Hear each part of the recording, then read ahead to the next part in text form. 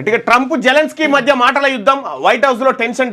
ఓ దశలో అరుచుకున్న America Ukraine దేశాధినేతలు తమతో mineral deals కు ఒప్పుకోవాలని ట్రంప్ ఒత్తిడి, తమ భవిష్యత్తుకు గ్యారంటీ కావాలన్న జెలెన్స్కీ అంటూ ఇద్దరు వైట్ హౌస్ లో తిట్టుకున్నారట. డీలిమిటేషన్ హీటు, జనాభా ప్రాతిపదికన లోక్సభ సెగ్మెంట్లు విభజిస్తే ఊరుకోబోమని దక్షిణాది రాష్ట్రాల హెచ్చరిక. తమకు అన్యాయం జరుగుతుందని ఆందోళన, నార్త్ స్టేట్స్ కు మాత్రం భారీగా లబ్ధి జరుగుతుందని ఫైర్. జనాభా నియంత్రణ కారణంగా సౌత్ స్టేట్స్ కు ఇప్పుడు నష్టం. లోక్సభలో ప్రాతినిధ్యం 24 నుంచి 19% పడిపోయే ఛాన్స్. తెలంగాణ, ఏపీలో 3 చొప్పున సీట్లు పెరిగే, ఒక 3. కేరళలోనైతే ఇప్పుడున్న సీట్లో ఒకటి తగ్గిపోవచ్చు. యూపీ, బీహార్ వంటి ఉత్తర రాష్ట్రాల్లో భారీగా పెరగనున్న సీట్లు. ఇప్పటి వరకు 3 సార్లు డీలిమిటేషన్, 2 సార్లు సీట్లు పెంపు. ఇప్పుడు 2026లో డీలిమిటేషన్ చేసేందుకు కేంద్రం కసరత్తు చేస్తూ ఉంది. ఈ వివక్ష చూడుర్రి ఎట్లా ఉందో. పోరాడాల్సిందే. జనాభా ప్రాతిపదికన డీలిమిటేషన్ చేపట్టి సౌత్ స్టేట్స్కు శిక్ష విధించవద్దు. ఒకవేళ అలా చేయాలని చూస్తే ఎట్టి పరిస్థితుల్లో ఒప్పుకోం. కేంద్రం ప్రయత్నాలను అడ్డుకుంటాం. కేవలం జనాభా ప్రాతిపదికన డీలిమిటేషన్ చేపట్టొద్దు. దీనిపై అందరం కలిసికట్టుగా పోరాడదామని చెప్పి తమిళనాడు సీఎం స్టాలిన్ చెప్తా ఉన్నాడు. ఉన్న సీట్లను కూడా కోల్పోతాం. ఇక 1 నేషన్ 1 ఎలక్షన్ డీలిమిటేషన్ ఇదే ప్రధాని మోడీ ఎజెండా. ఇది ప్రజాస్వామ్యానికి ముప్పు. జనాభా ప్రాతిపదికన డీలిమిటేషన్ జరిగితే దక్షిణాది రాష్ట్రాలు తీవ్రంగా నష్టపోతాయి. అదనంగా నియోజకవర్గాలు రాకపోగా ప్రస్తుతం ఉన్న సీట్లను కూడా కోల్పోతాం. సీఎం రేవంత్ రెడ్డి ఇక సీట్లు తగ్గవంటే పెరగవనే కదా. డీలిమిటేషన్లో దక్షిణాది ఎవరు అమిత్ షా గారు తమిళనాడులో మాట్లాడుకుంటా మేము సీట్లు తగ్గించాం అంటే మరి పెరిగాయి అన్నట్టే కదా. చాలా చాలా డీలిమిటేషన్లో దక్షిణాది రాష్ట్రాలకు అన్యాయం జరగదని కేంద్ర హోంమంత్రి అమిత్ షా చేసిన వ్యాఖ్యలను తీవ్రంగా ఖండిస్తున్నారు. సీట్లు తగ్గవంటే పెరగవనే కదా. బహుశా ఆయనకు సరైన సమాచారం లేనట్టుంది. సౌత్ రాష్ట్రాలను ఆయన తప్పుదోవ పట్టిస్తా ఉన్నారు. సౌత్ రాష్ట్రాలకు ఒకవేళ అన్యాయమే చేస్తే ఈ దేశం ఆగమవుతుంది. ఈ దేశం ఆగం కాకుండా ఉండాలి. అన్ని ప్రాంతాలు సమానంగా చూడబడాలి, ఉండాలని కోరుకుందాం. దక్షిణాది రాష్ట్రాల్లో డీలిమిటేషన్ సెగ రాజుకుంటుంది. వచ్చే పార్లమెంట్ ఎన్నికల నాటికి లోక్సభని నియోజకవర్గాల పునర్విభజన చేయాలన్న లక్ష్యంతో కేంద్ర ప్రభుత్వం ముందుకెళ్తున్నది. అయితే కేంద్రం అందుకు అనుసరించబోతున్న విధానంపై సౌత్ స్టేట్స్లో ఆందోళన నెలకొన్నది. జనాభా ప్రాతిపదికన లోక్సభ నియోజకవర్గాలను పునర్విభజించాలని కేంద్రం భావిస్తుండగా అదే జరిగితే దక్షిణాది రాష్ట్రాలకు తీవ్ర అన్యాయం జరుగుతుందని, ఉత్తరాది రాష్ట్రాలు మాత్రం భారీగా లాభపడతాయని 5 రాష్ట్రాల సీఎంలు, రాజకీయ పార్టీల నేతలు మండిపడుతున్నారు. జనాభా తగ్గించడమే మేము చేసిన పాపమా అని పలు నివేదికలపై ప్రశ్నిస్తున్నారు. Modi 1 nation 1 election delimitation agenda ప్రజాస్వామ్యానికి ముప్పుగా మారిందని తెలంగాణ సీఎం రేవంత్ రెడ్డి అంటే, 2 కంటే ఎక్కువ మంది పిల్లలకు కానీ జనాభా పెంచాలని ఏపీ, తమిళనాడు సీఎంలు చంద్రబాబు స్టాలిన్ పిలుపునిచ్చారు. 2 పిల్లలుంటేనే ఎన్నికల్లో పోటీ. ఒకప్పుడు జనాభా ఒక భారం, ఇప్పుడు అది ఒక ఆస్తి. గతంలో జనాభా నియంత్రణ కోసం ప్రోత్సాహాలు ఇచ్చేవాళ్ళం. 2 కంటే ఎక్కువ మంది పిల్లలు ఉంటే స్థానిక సంస్థల ఎన్నికల్లో పోటీ చేయడానికి అనర్హులు అనే చట్టాన్ని తీసుకొచ్చాం. ఇకపై దాన్ని మార్చబోతున్నాం. కనీసం 2 పిల్లలు ఉంటేనే ఎన్నికల్లో పోటీ చేసేలా నిబంధనలు పెట్టబోతున్నామని చెప్తాను. నేను ముఖ్యమంత్రి రేవంత్ రెడ్డి గారికి కూడా చెప్తా ఉన్నా, ఇప్పుడు ఈ 2 పిల్లల నిబంధన ఎత్తేస్తే తప్పేంది? నిజంగా మనం బ్రాడ్గా ఆలోచిస్తే జనాభా పెరుగుదలను ప్రోత్సహించినట్టే అవుతుంది కదా.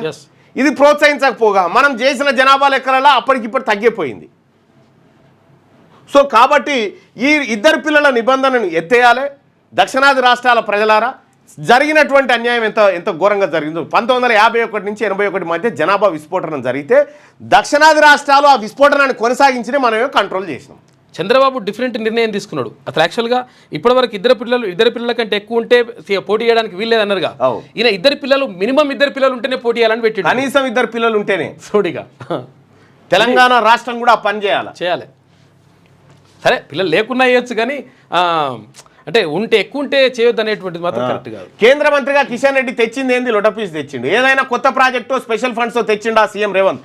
మూసి వద్దంటున్నాడు, మెట్రోకు అడ్డుపడుతున్నాడు, సైంధవ పాత్ర పోషిస్తున్నాడు. ఆయన బెదిరింపులకు ఇక్కడ ఎవరు భయపడరు. డీలిమిటేషన్ పేరుతో దక్షిణాదికి అన్యాయం, బీజేపీ కుట్రలను ఎదుర్కొంటాం, మార్చి 10 లోపు నామినేటెడ్ పోస్టుల భర్తీ చేస్తామని వెల్లడి. పేదల ముఖాల్లో నవ్వులు చూడాలి. కాంగ్రెస్ రాష్ట్ర ఇన్ఛార్జ్ మీనాక్షి నటరాజన్. కేంద్ర మంత్రిగా ఉన్న కిషన్ రెడ్డి తెలంగాణకు తెచ్చిందేంటో చెప్పాలని సీఎం రేవంత్ రెడ్డి సవాల్ చేశారు. తాము మోదీ ఆస్తులను, కిషన్ రెడ్డి ఆస్తులను అడగడం లేదని, రాష్ట్రానికి హక్కుగా రావాల్సిన నిధులనే కేంద్రాన్ని అడుగుతున్నామని అన్నారు. కానీ మోడీ తన గుజరాత్ నుంచి ఇక్కడికి రైళ్లలో నోట్ల కట్టలు పంపిస్తున్నట్టు కిషన్ రెడ్డి మాట్లాడుతున్నారని విమర్శించారు. శుక్రవారం గాంధీభవన్లో పీసీసీ విస్తృత స్థాయి కార్యవర్గ సమావేశం నిర్వహించారు. అనంతరం సీఎం రేవంత్ అక్కడే మీడియా సమావేశంలో మాట్లాడారు. కేంద్ర మంత్రి కిషన్ రెడ్డిపై నిప్పులు చెరిగారు. కిషన్ రెడ్డి 100% సైంధవ పాత్ర పోషిస్తున్న చేస్తున్నారని, ఆయన అడ్డుపడడం వల్లే మెట్రో విస్తరణ ఆగిపోయిందని ఆరోపించారు. తెలంగాణ నుంచి కిషన్ రెడ్డి కేంద్ర మంత్రిగా ఉన్నారు. ఆ హోదాలో ఈ ప్రాంతానికి ప్రత్యేక ప్రాజెక్టు కానీ నిధులేమైనా తెచ్చారా? ఒక్క రోజైనా ప్రధాని మోడీ దగ్గర తెలంగాణ రాష్ట్రానికి ఏమైనా అడిగారా? పార్లమెంట్ సమావేశాల్లో ఈ రాష్ట్రం గురించి ఎప్పుడైనా మాట్లాడారా? కేసీఆర్ను మేము ఓడించామని కిషన్ రెడ్డి మాపై కక్ష పెంచుకున్నారు. నిధుల గురించి అడిగితే మమ్మల్ని బెదిరిస్తున్నారు, మీరు బెదిరిస్తే భయపడడానికి ఇక్కడ ఎవరు లేరని ఆయన వ్యాఖ్యానించారు. మూసి ప్రక్షాళన వద్దా అని చెప్పి కూడా ఆయన నిలదీయడం జరిగింది. ఇక్కడ కిషన్ రెడ్డో ఇంకోరు కాదు, ఇది మనం అందరం కూడా ఈ జాతికి అన్యాయం జరిగినప్పుడు మనమంతా ఒక్కటిగా పోరాడాల్సిందే. అన్ని పార్టీలు, అన్ని పక్షాలు, అన్ని వర్గాలు కూడా ఒక్కటిగా పోరాటం చేయాల్సిందే. సింప్లిసిటీకి కేర్ ఆఫ్ మీనాక్షి నటరాజన్. సాదాసీదాగా ట్రైన్లో హైదరాబాద్ రాక హంగు ఆర్భాటాలకు దూరం, బొకేలు ఫ్లెక్సీలకు నో, నేతల బ్యాగులు మోసి ఆత్మగౌరవం కోల్పోవద్దని హితూ పలికింది. ఇప్పుడు ఏఐసిసి నుంచి ఇన్ఛార్జిగా తెలంగాణ రాష్ట్రానికి ఉన్నటువంటి మహిళ మీనాక్షి నటరాజన్ గారు. ఆమె 2009లో మధ్యప్రదేశ్ నుంచి ఎంపీగా గెలవడం జరిగింది. అయితే ఎన్ఎస్సిఎస్ నేషనల్ ప్రెసిడెంట్గా పనిచేసినటువంటి మీనాక్షి నటరాజన్ చాలా సింప్లిసిటీ. ఆమె శనివారం కూడా మౌనరథంలో ఉంటుంది, గాంధేయవాది, ఎవరితో మాట్లాడదు, శనివారం పెళ్లి చేసుకోలేదు, అదే బ్యాగు, ఈ టవాలు అది పెట్టుకుని 2 డ్రెస్సులు 2 చెప్పులు జతలు ఉంటాయంట. ఇక అవి వేసుకొని రైళ్లలోనే తిరుగుతూ ఉంటుంది. ఈమె వార్డు మెంబరే మన తన చేతులు ఉండడు, అత్యవసరం అయితే తప్ప ఫ్లైట్ ఎక్కది, అసలు మ్యాక్సిమం రైళ్లలోనే తిరుగుతారు. మ్యాక్సిమం రైళ్లలో తిరుగుతాట. నిన్న కాచిగూడ రైల్వే స్టేషన్లో దిగింది. బొకేలు, శాల్వాలు ఏం దేవద్దు, నా ఫ్లెక్సీ కూడా పెట్టొద్దు అని చెప్పి చాలా సీరియస్గా వార్నింగ్ ఇచ్చింది. సో అట్లా ఇప్పుడు కాంగ్రెస్ పార్టీకి మంచి రోజులు రావాలని కోరుకుందాం. మంచు చర్యలు విరిగి 22 మంది గల్లంతు. ఉత్తరాఖండ్లోని బద్రీనాథ్ వద్ద జాతీయ రహదారిపై మంచును తొలగిస్తుండగా చర్యలు విరిగిపడ్డాయి. ఈ ఘటనలో 22 మంది కార్మికులు గల్లంతయ్యారు. వీరి కోసం రెస్క్యూ ఆపరేషన్ కొనసాగుతుంది. అది అట్లా కొనసాగుతుంటే ఇక్కడ ఈ మన టన్నెల్లో చిక్కుకున్నటువంటి వాళ్ళ విషయంలో కూడా పరిస్థితి చాలా దారుణంగా ఉంది. మరి అది ఎట్లయితే చూడాలి. అయితే నిన్న మనం 3 పోల్లు పెట్టుకున్నాం. ఆ పోల్లకు సంబంధించినటువంటిది ఒకసారి చూద్దాం ఏమంటా ఉన్నారు posts.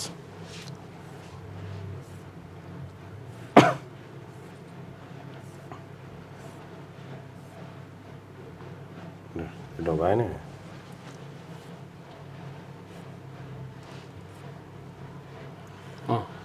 Adilabad, Medak, Karimnagar, Nizamabad teacher MLC ఎన్నికల్లో ఎవరు గెలిచే ఛాన్స్ ఉందంటే మల్కా కుమరయ్య గెలుస్తాడని చెప్పి 78% మంది అభిప్రాయపడతా ఉంటారు. వరంగల్, ఇక మెదక్, వరంగల్, నల్గొండ, ఖమ్మం టీచర్ ఎమ్మెల్సీ స్థానంలో ఎవరు గెలిచే అవకాశం ఉందంటే పూల రవీందర్ గెలిచే అవకాశం ఉందని 65% మంది.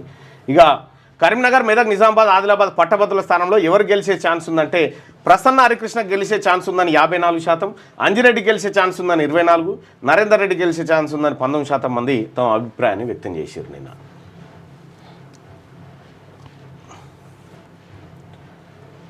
సో మార్నింగ్ న్యూస్ చూస్తున్నటువంటి మిత్రులారా, మీ అభిప్రాయాన్ని కామెంట్ రూపంలో కూడా ఇక్కడ తెలియజేయచ్చు. అలాగే ఈ లైక్ బటన్ని క్లిక్ చేయండి, షేర్ చేయండి.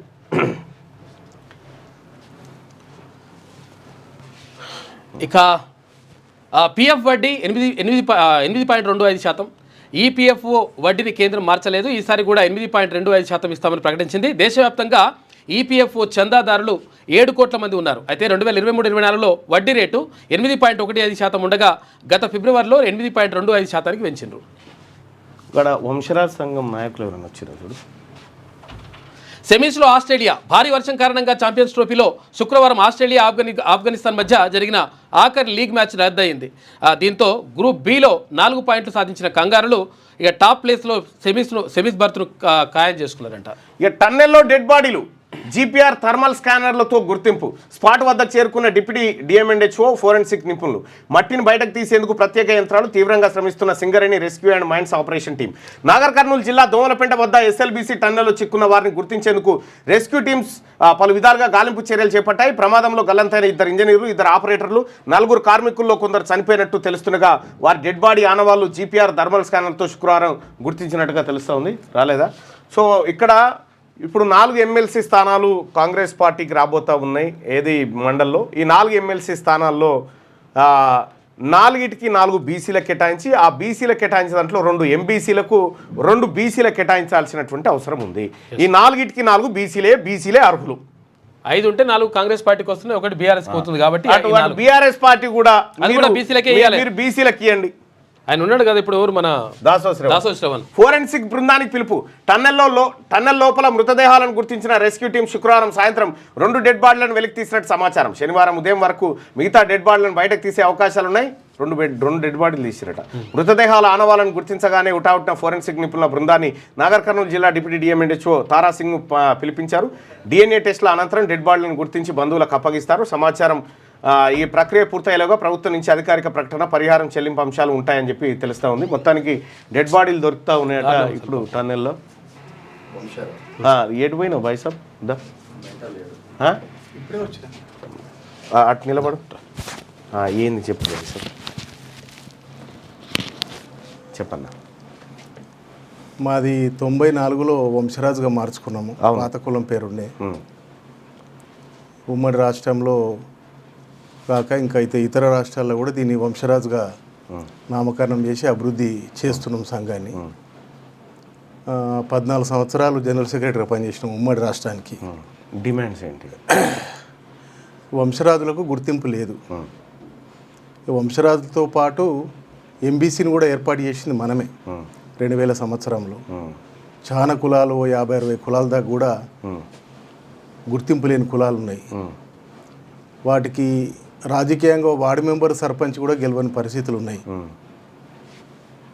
వాళ్ళకు కూడా ఎన్టీ రామారావు ప్రభుత్వం కాడికి వెళ్ళి కేసీఆర్ దాకా ప్రతి ఒక్కరికి విజ్ఞాపన పత్రాలు ఇచ్చుకుంటూ మా ఎంబీసీలను గుర్తించాలా, ఎంబీసీలకు కార్పొరేషన్ చేయాలా అని అంటే 2017 ఫిబ్రవరి నాడు ప్రగతి భవన్లో దాదాపు 6:30-7 గంటలు ముఖ్యమంత్రి గారితో కూర్చొని నేను, సూర్యారావు గారు, మిగతా మిత్రులతోటి ఎంబీసీ కార్పొరేషన్ చేయడం జరిగింది. డిమాండ్స్ ఏంటి అన్న? ఎంబీసీలకు నామినేట్ పోస్టులలో పదవులు ఇవ్వాలా. ఇప్పుడు ఎమ్మెల్సీలు కూడా మరి 2 ఎమ్మెల్సీలు బీసీలకు, 2 ఎమ్మెల్సీలు ఎంబీసీలకు ఇస్తే గుర్తింపు లేనివి గంగిరెద్దుల, పాముల, నక్కల, వంశరాజ్, బుడుబుక్కల ఇటువంటి కులాలు ఉన్నాయి. వీళ్లకు పిలిచి 2 నామినేట్ పోస్టులు ఇస్తే ముఖ్యమంత్రి గారికి మంచి పేరు వస్తుందేమో. ఎందుకంటే కేసీఆర్ ఎంబీసీ కార్పొరేషన్ చేసుకోవడం వల్ల ఆయనకు ఒక పేరు వచ్చింది. కులగణన కూడా 100 సంవత్సరాల తర్వాత ముఖ్యమంత్రి గారు కులగణన చేసిండు. మరి ఈ ఎంబీసీలను గుర్తించి 2 కులాలకు పిలిచి ఎమ్మెల్సీ పోస్టులు ఇస్తే ఇంకా ఆయనకి ఇంకా బాగా పేరు వస్తుంది అనేది మీ ద్వారా విజ్ఞప్తి చేస్తున్నాను. ఓకే అన్న, తప్పకుండా మేము కూడా అదే చెప్తా ఉన్నాం. ఎంబీసీ కులాలకు సంబంధించినటువంటి వాళ్లకు 4 ఎమ్మెల్సీ స్థానంలో 4 బీసీలకు ఇచ్చి 2 అందులో ఎంబీసీలకు ఇవ్వాలి. Most backward class. వీళ్ళంతా మేమందరం కూడా ఒకే సామాజిక వర్గానికి సంబంధించినటువంటి బీసీలం.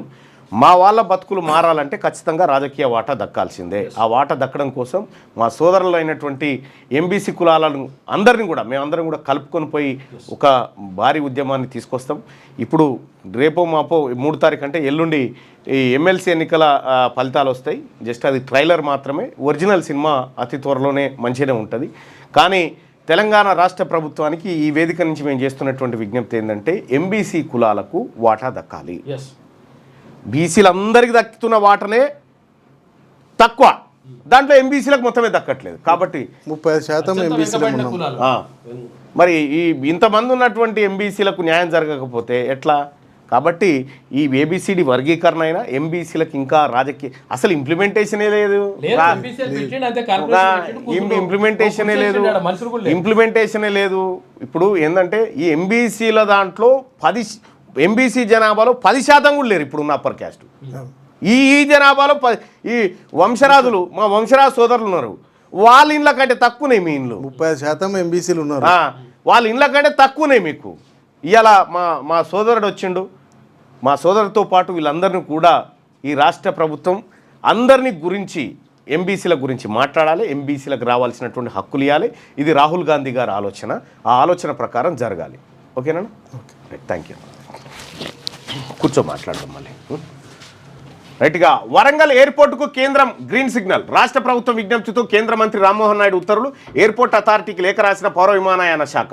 150 కిలోమీటర్ల లోపు మరో ఎయిర్పోర్టు ఉండకూడదన్న రూల్ సడలించినట. వరంగల్లో ఎయిర్పోర్ట్ అభివృద్ధికి కేంద్రం గ్రీన్ సిగ్నల్ ఇచ్చింది. సీఎం రేవంత్ రెడ్డి విజ్ఞప్తి మేరకు మామ్నూరులో ఎయిర్పోర్ట్ ఆపరేషన్కు కేంద్ర పౌర విమానయాన శాఖ మంత్రి రామ్మోహన్ నాయుడు శుక్రవారం ఉత్తర్వులు జారీ చేశారు.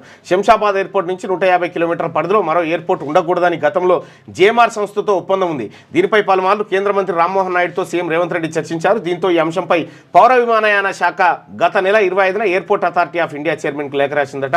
గ్రీన్ సిగ్నల్ వచ్చింది. వరంగల్కు ఎయిర్పోర్ట్ వస్తూ ఉంది. వరంగల్లో కూడా ఫ్లైట్లు దిగుతాయి. వరంగల్ నుంచి కూడా టేక్ ఆఫ్లు జరుగుతూ ఉంటాయి. సో ఇది తెలంగాణ రాష్ట్రంలో రెండో ఎయిర్పోర్టు. ఏపీలో చూసుకుంటే రాజమండ్రి ఉంది, విజయవాడ ఉంది, విశాఖపట్నం ఉంది, కడప ఉంది, తిరుపతి ఉంది, అన్నీ ఉన్నాయి. మనతానే తక్కువ ఉన్నాయి. ఇప్పుడు ఆదిలాబాద్లో కూడా ఎయిర్పోర్ట్ రావాలి. ఎస్ 6న కేబినెట్ భేటీ. బీసీ రిజర్వేషన్లు, ఎస్సీ వర్గీకరణ బిల్లును ఆమోదించే ఛాన్స్. అఖిలపక్ష నేతలతో ప్రధాని మోడీని కలిసే అంశంపై చర్చ. అసెంబ్లీ బడ్జెట్ సెషన్ పైన నిర్ణయం తీసుకునే అవకాశం కనిపిస్తూ ఉందట. 6న కేబినెట్ భేటీ కాబోతా ఉంది. ఇక మణికొండలో అగ్ని ప్రమాదం, 3 మృతి. మృతుల్లో 2 మహిళలు, ఒక చిన్నారి. గ్రౌండ్ ఫ్లోర్ కిరాణా దుకాణం పక్కన షార్ట్ సర్క్యూట్. పై పోర్షన్లో వ్యాపించిన మంటలు, పేలిన 2 సిలిండర్లు, దగ్ధమైన కిరాణం షాపు, కారు పైనుంచి దూకి ప్రాణాలు కాపాడుకున్న కొందరు, తాళ్లతో పిల్లలను కిందికి దించిన స్థానికులు అంటూ అగ్ని ప్రమాదాలు విపరీతంగా జరుగుతూ ఉన్నాయి ఈ మధ్యలో.